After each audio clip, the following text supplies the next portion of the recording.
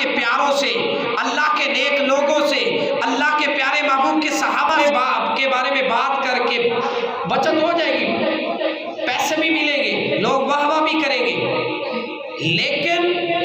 دنیا میں واہ واہ مل جائے، لوگ کہیں گے یار بڑا چنگا بندہ ہے، یار بڑا علم ہے، یار حضور کے صحابہ نال اختلاف کر رہے ہیں،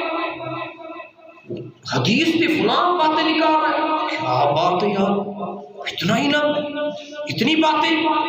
جو حضور کے صحابہ کے بارے میں کہہ رہے ہیں، بڑا علم ہو سی۔ اور خدا کے بندو، ایسا بندہ دنیا میں تو ظاہر ہو سکتا ہے، اپنی واہ واہ اور بھوت بنا سکتا ہے،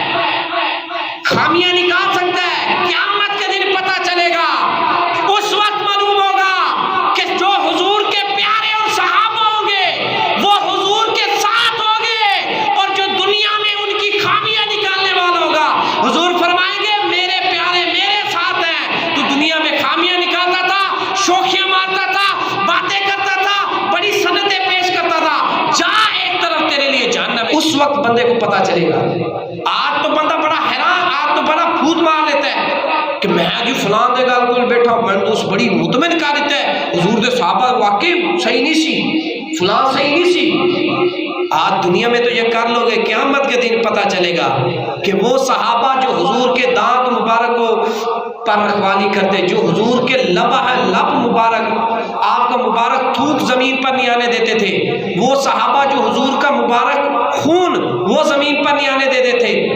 وہ صحابہ جو حضور کے پیشاب کو نوش کر لیا کرتے تھے، وہ صحابہ جو حضور پر مٹی تک نہیں بیٹھنے دیتے تھے، وہ صحابہ جو حضور کے ہر چیز کا لحاظ کرتے، حضور سے ادب کرتے، وہ ابو بکر صدیق جو کبھی آگے چلتے کبھی پیچھے چلتے ہیں، مجھے بتاؤ وہ صحابہ کتنے پیارے ہوں گے جو حضور سے پیار کرتے ہیں۔ تو پھر اللہ نے بھی ان سے پیار کیا، اللہ نے بھی جنت کا